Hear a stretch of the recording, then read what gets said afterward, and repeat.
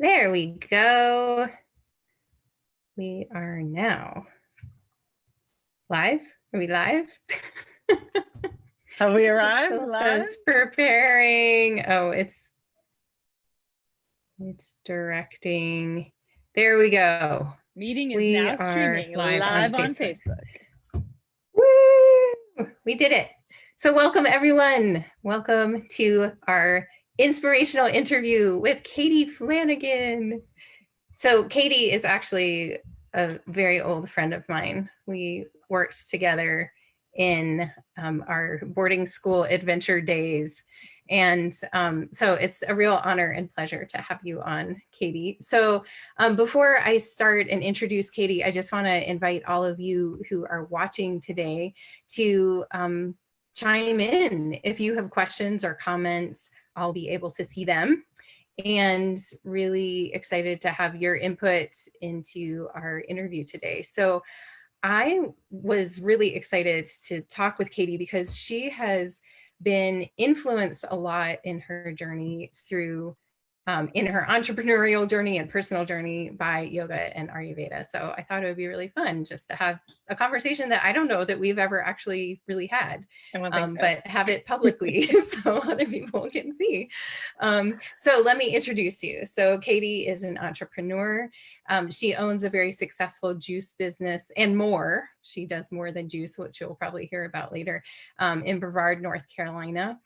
And she also is a yoga teacher and is a graduate of my program, the Vitality Circle, and has had many adventures in the world, one of the most recent being traveling to India, which deepened her connection with yoga and Ayurveda. So I'm really excited to introduce to you Katie Flanagan. Yay! Hey everyone, I'm thrilled to be here. Thank you, Hannah. Yeah. I get a little teary, like thinking about how long we've known each other. I know. It's been a while. Katie was actually just complimenting me on my technology skills because they have come a long way since the days that we were working together.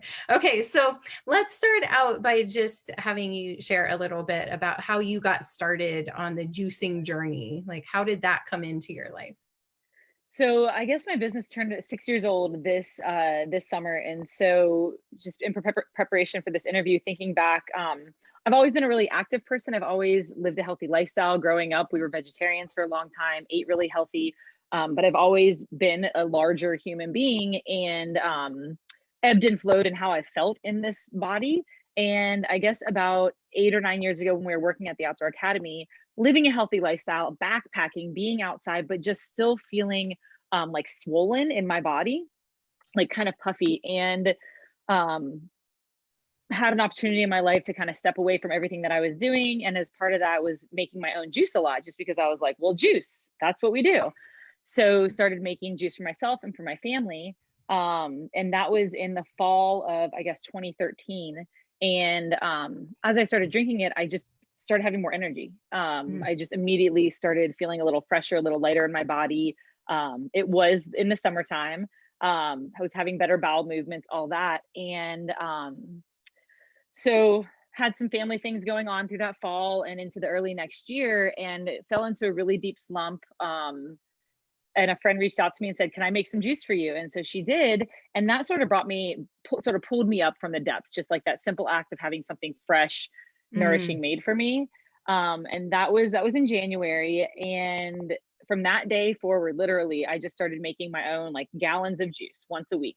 This is not ideal. Don't do what I did. I'll talk more about that. Ignore that. But I would make a gallon of juice on Sunday, and I would just spread it out throughout the days, and friends would taste it and say, I don't know what that weird green thing is that you're drinking, but it tastes delicious. And from the very beginning, I've always thought that just because it's healthy and good for you doesn't mean it has to taste like crap. That you can find that sort of alchemy in between with food and juice. So that was in February, and literally was making juice, putting it in a cooler outside of my fence. Friends would pick it up. And by June, I had incorporated. So for me, it wasn't the whole picture. It wasn't like this magic bullet that fixed everything, but it was like a little bit of a kickstart, a little bit of an impetus that every day kind of kept me on track. Yeah. And so in June of 2016, Green Heart Juice was born. Yay! No, 2014. 2014. Wow. Yeah, that's great. And so you started out with juice, and then from my perspective, it looks like yoga and Ayurveda played a role in how your business had to develop since then. Would you say that's your story too? I think so, absolutely. Well, and like the beautiful thing about Ayurveda is that it ties in so much to just like seasonality and sort of like the times. And I won't dive down that rabbit hole too much, but it just makes sense once you start to learn about it. So I was doing the juice at first, and then the bone broth came in because, you know, warming, nourishing stuff in the cooler months. And then over time, based on what I was learning and what I was feeling in my body and what my body needed and what my customers were asking for, and someone's going to ask for what they feel like they need on a deep level, whether they know like the reason behind it. And so I kind of just let all of those guide the way, and then ended up doing a coconut milk based dairy free yogurt, ghee. We do ghee now. And then I always have a seasonal beverage that is on board. So like wintertime, we have a citrus and pomegranate juice. This time of year, we do a watermelon. In the cooler months, I have a ginger, turmeric, lemon juice. So juice is awesome, even all throughout the year in different ways, but it's mostly awesome in the warmer months. So just kind of trying to find ways to fit the needs of nourishing with ease. That's our tagline for folks throughout all the seasons. Yeah. It's awesome that's aware. I think a lot of people, that are juicers are just juice all the time, but there's not an awareness of like actually drinking like cold certain types of juice in the cold weather isn't necessarily always the best. Totally. And that is such a great part of your business too, because you're educating people about the seasonality. Yeah. And it's a little bit like code shifting sometimes. I'm giving away all my secrets. But like I have some clients that just want to drink a green juice all year long. And I have to kind of say, okay, drink your juice all year long, but maybe in the winter we'll drink the beet juice and the carrot juice, and then the summertime, you know. So even if they're sort of hardcore juicers, I try to kind of convince them to work with the times that they're living in. Yeah, absolutely. So how would you say that yoga and Ayurveda have influenced your path as an entrepreneur? I think so. That's a really big question. I was like thinking about it. I was like, probably many facets about that. So to me, yoga and Ayurveda at this point are just, I mean, they all go into one. You know, when you're talking about the seasonality of what you're putting in your body on the Ayurveda standpoint, and then the seasonality of how you're practicing. But for me, a big piece of it is like meeting myself where I'm at. So as an entrepreneur, I think we can get really sucked into like the hustle mindset. Like there's a lot on Instagram and social media of like hustle. And I'm like kind of done with the hustle. You know, I think there are times for hustling, but like I don't want to land in the hustle for the rest of my life. So for me with Ayurveda, that means, you know, summertime, spring and summer are going to be more active. There's going to be more business. And I just land into that. I try not to resist against it, if that makes sense. Because I know in the wintertime, it's going to be a slower, more calm time. And so in the winter, when sales are lower, or when maybe there's not as much activity, I'm like, this is great. My body can rest. Like my business is hard on my body, both of my businesses. And so number one, it's kind of like a trusting piece. I think with the Ayurveda and the yoga is like, so long as I keep doing my work, I'm feeding myself as a daily or as a weekly or as a seasonally, and I'm practicing that way. If I keep that kind of foundation built, then I can like trust a little bit more into the slower seasons and into the faster seasons. Is that kind of landing in your question? Okay. Yeah. That's great. So I think it's just kind of like, it's a wave. It's just like, or it's a spirally wave, and not trying to force my way out of it. I think like Ayurveda and yoga have really taught me to lean into like the path of least resistance. and like the trust that has to be in there. Yeah. Awesome. That's so great. Yeah. And then of course your product line has been influenced like Yes, absolutely. by, I get so excited about what we're talking about. yeah. So the products very much so have been influenced by Ayurveda. I would say, talking about the broths and the ghee and the dairy-free yogurt having like some good fat in there. And also what I'm like willing to offer out to the world. I think you were just touching on about how some juice companies or some juicers are just like green juice all year long, go, go, go. And I've had to kind of like hold the hand and educate of my clients without being like too weird and out there. Are you what? And just learning how to like offer the options to them, and then also like convince them that like just give this a try. Does that make sense? Yeah. Yeah. You're helping guide them. And then Yes. they're like, oh, I feel great. Thanks, Katie.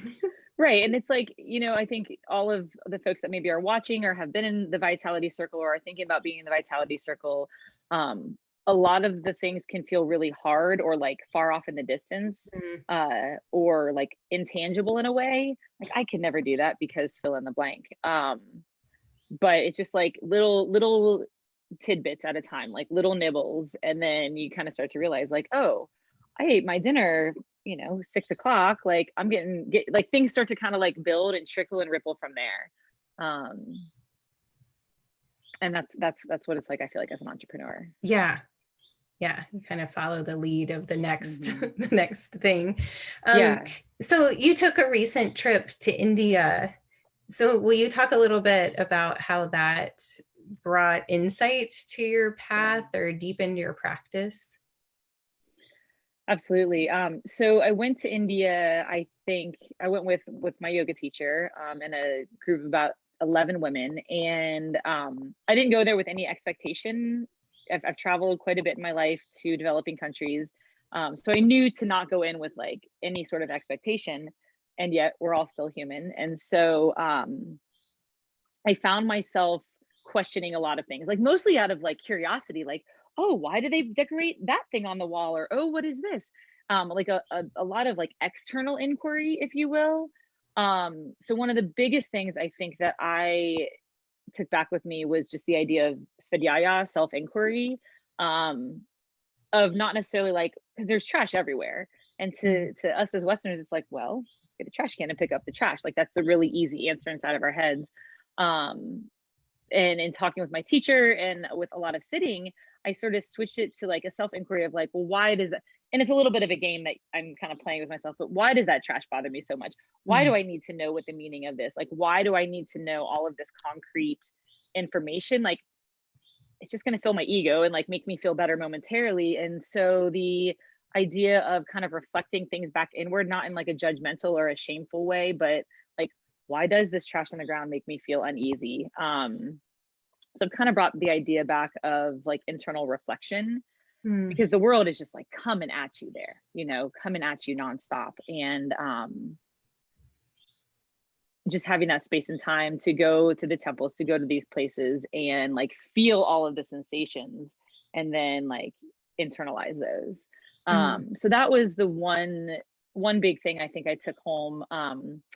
The other concept is the idea of devotion. And this goes a little bit more into the yoga world. And I've always struggled with devotion. I grew up sort of in organized religion worlds, but never really saw, in my mind, from my perspective, like a true devotion. And I just didn't know how to do, like, how are you devoted to waking up every morning and practicing yoga? How are you devoted to like, just the how do people find that willpower or whatever you want to call to be devoted to anything? And one thing was I realized there, oh wait, I need to be devoted to myself first and foremost. And out of that grows boundaries and all kinds of other cool things. But in India, you dress for temple. So you dress in like your full costume, you dress as though you're going to see the gods. And how do you want to be presented? And I found when I was going there, because I knew a little bit about Ganesha and all these different deities, a little bit here and there, enough to get in trouble. And then all of a sudden I'm like seeing them. And so I feel like I have this relationship with them. And I'm like, okay, what you got for me? Like, okay, Ganesha, what are you going to get out of my way? Like, okay, what are you guys going to do for me? and not like trying to be selfish or like I was taking, but that's just was like my well, I traveled all this way. And what I realized is it's a very much so a give and take. Like I have to bring something to the table. Like I have to show up in my rawest, truest, oh, I get chills thinking about it. Like just the meest of me. I have to show up with all of my flaws, with all of my beauty, and give, and just like literally detach from all that, give up all of that, and then maybe some receiving happens. But even in that giving, like you're already this like open conduit to receive. And so remember this one specific moment walking into temple, and it was this this deity that we'd been like building up to see over several days. And you get in there and it's like steamy and smoky and sweaty and like you can't see anything and people are like pushing, and of course I'm like, well, I want to see. And then there was this point where I was just like, you know, I don't need to see. It's okay. I'm here. I'm like feeling the sensation. And this little boy who was sitting up on the railing above everyone turned around and we just locked eyes. And for me, like that was the moment of the divine. Like he and I just like locked eyes for like 5 seconds. I saw him, he saw me. And that's when you go up to the deities, it's like, I see you, see me. I'm going on a tangent now, but just the idea that there is divinity in everything and in everyone. Walking down the streets, Indian women would see us and in Indian costume, and we would just lock eyes and they would just give us this like look of approval, if you will. So that it does, I guess what I'm trying to say is that like devotion and divinity doesn't have to be this like one statue made out of gold that's covered in flowers. Like it's all of the little steps along the way, if you're open to that, and if I can let myself be in that space. So yeah. So what does that look like in terms of what has come back with you to that's a great life question. in North Carolina Yeah. and being an entrepreneur and teaching yoga to Westerners? And 3 days later, we're still talking. right. Discipline is a big piece of it for me. So a lot of it is like coming into quiet space, into stillness. Like the lessons keep coming back to like, maybe it's our days and maybe it's our time that we're living in, maybe it's me as an individual, but stillness is what I'm keep being brought back to from that. And so when I like can go into stillness, I can kind of like embody those sensations and those feelings that I had when I was in the temples as like a reminder. But like I was saying, the holy or the divinity or whatever you want to call it is, I can make this into a holy, you know, anything that I have, I can kind of like turn into something that has energy. Like it's so how this works in my day-to-day life is it looks like discipline. It looks like getting up, getting on my mat, sitting in stillness. I think stillness is the biggest thing. And then out of that has boundaries. I think boundaries are like directly tied into all of this for me. Coming back from India and then with the pandemic hitting, like I had to say no. There's a lot of no's, and like I need time to be in stillness. I need time to digest and to be with me. And I think that we move through transition really quickly in our lives. And if any of y'all are yoga practitioners out there, Shavasana is possibly the most important asana shape that you're going to go into practice, because it allows the body to assimilate and digest before you transition on to the next thing. And so when we like so quickly move from one thing to the next, it's almost like all of this work you just did kind of poofs away, and then you're not really fully prepared for the next thing, or I'm not fully prepared. So I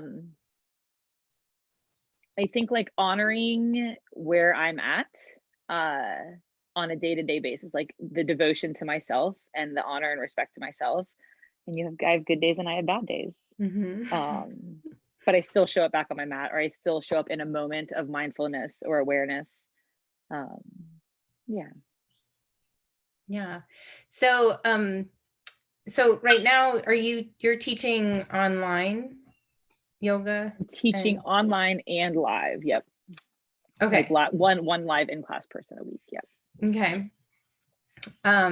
Yeah.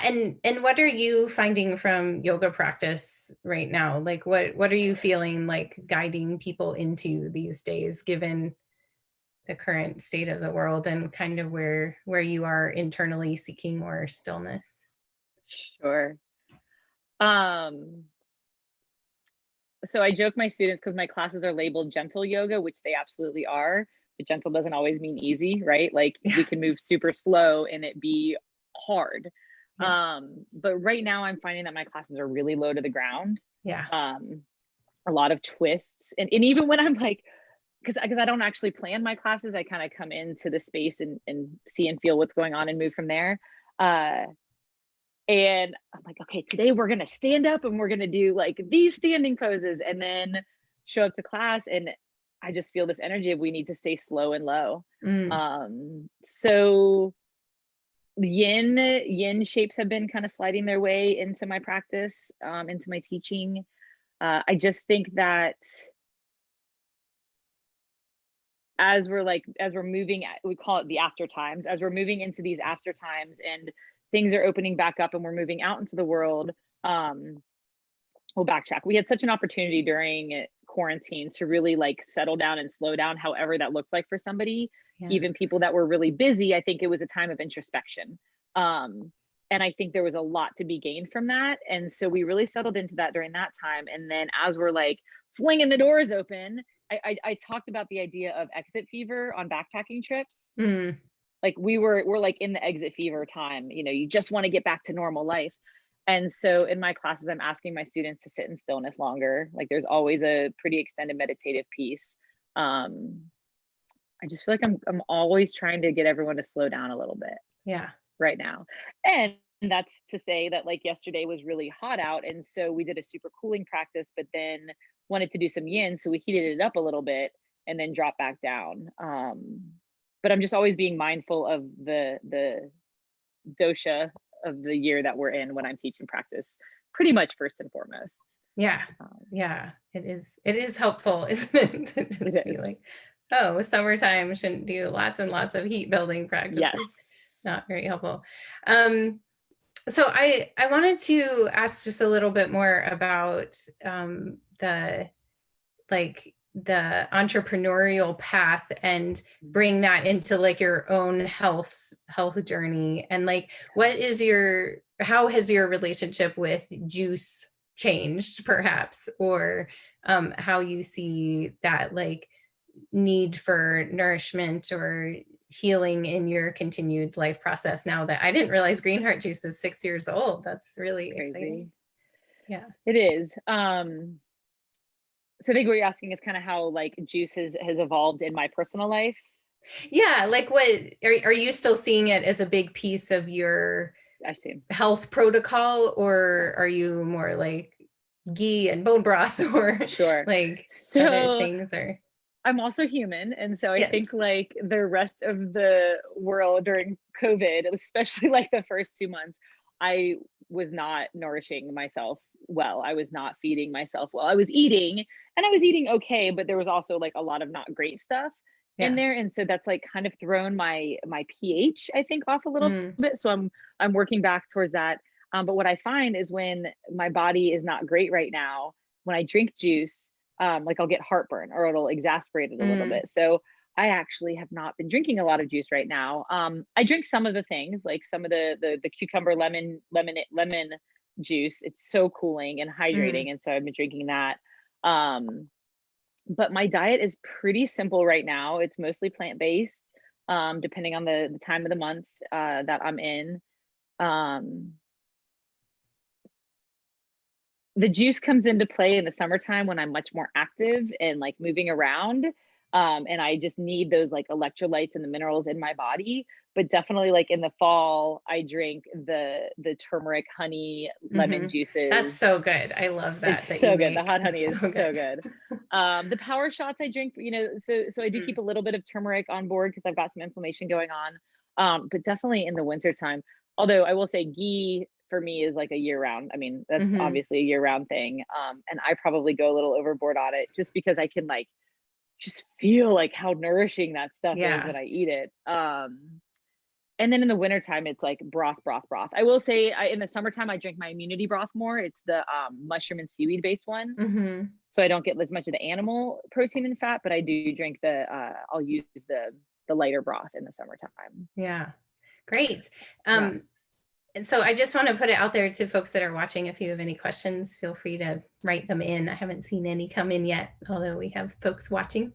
And how about ways in which folks can easily start juicing at home? What would you suggest? So don't listen to the thing I said earlier. So typically if you're juicing at home, you've got a centrifugal juicer. It's the one with the kind of like funnel shaped blade that like that. So you've got a couple of different kinds. That's typically like under the $200 price range that people are going to buy. And then there's like the fancier masticating or like auger juicers. So two different kind of juices we're talking about here. I'm going to mostly focus on what I think most people are going to have. And if you have like a fancier juicer and you want to reach out to me directly, please do. But if you're making juice at home and like say you got onto the celery juice craze or any kind of juicing that you're doing, if you're using that juicer, you want to juice everything you're going to drink that moment, then like try to not juice a bunch of juice and keep it in your fridge because the nutrient density, it oxidizes like within an hour. So really you want to make the juice and drink it right away. It's also going to be more room temperature. You don't want your juice to be ice cold, even in the summertime when you're drinking it. I try to convince my clients, like pull your juice out, pour it into another glass, let it warm up a little bit. So if you're going to make juice at home, make the juice, drink it right away. If for some reason you've got a little extra that you want to save for later, if you've got a jar that you're going to put it in, fill it literally all the way to the top, like practically even overflowing, and then slide your lid on to eliminate all the oxygen that you can. And that's going to give you a little bit more life out of it. So those are the kind of the basics of that piece. The other thing is putting any kind of citrus, so lemon and lime specifically, and a Granny Smith apple. So Granny Smith apples are going to be the lowest in sugar of your apple options. So putting a little bit of apple and citrus in there is going to help to maintain the integrity of the juice. And then the last thing I just is like thinking about recipe. I kind of think of juices as like a salad dressing. So when you make a salad dressing, you have your acid, your sweet, your, whatever ingredients. So when you do a juice, you always want to make sure you have something green in there, like start with a big leafy bunch of green something. Also pay attention to your dosha, because if you're like super vata, you're going to want more hearty beets, carrots, things like that. If you're more kapha, you're going to want more greens, more bitter in there. So you kind of get your main thing, either the beets or the greens, and then a little bit of sweetness. So a tiny bit of apple in there or a little bit of orange, but not a lot. And then a little bit of citrus in there and you're good to go. So I just think those three ingredients are a really nice place to start. If you want to experiment with some ginger in there, you can start throwing things in, but I just say keep it simple to start out with. A baseline vegetable, either greens or roots, something a little bit sweet in there to help kind of balance that out, and then a citrus of some sort. I will say you want something in there that's going to give you more liquid. So like the cucumbers and the celeries are going to give you a little bit more liquid in there. The greens aren't going to give you much liquid. It'll be very strong. So this time of year, like a cucumber, kale, lemon juice would be awesome. And you might not even need the apple if you have a bunch of cucumber in there. Great. That sounds super tasty. Where can people find you online? Well, I'm online at greenheartjuice.com. I'm also active on Instagram and Facebook. Unfortunately, I only deliver and service to like the Brevard, Asheville, Hendersonville area. Unfortunately, I don't ship, but feel free to reach out to me. Even if you don't live local and you have questions about any of the things we talked about, I'd gladly share what I know. Great. Yeah, Katie has really beautiful pictures too. I always really enjoy your pictures. We do have good pictures. So you can enjoy her pictures, and she posts beautiful things on Instagram. So yeah, follow her, Greenheart Juice, Instagram, Facebook, and get some great ideas and inspirational photos. So thank you so much, Katie. Can you believe a half an hour is already over? It's great to get this opportunity to talk with you and get to hear more about how your journey with yoga and Ayurveda have influenced you as an entrepreneur and may you continue to flourish and prosper in Thank your you. endeavors. It's been a joy. Yeah, the whole journey has been wonderful. Just learning and growing, all of it. Yeah. Thanks, Penny. Awesome. Well, namaste. I'll be seeing you soon. Namaste. Bye, everyone. Thanks for your time. Bye.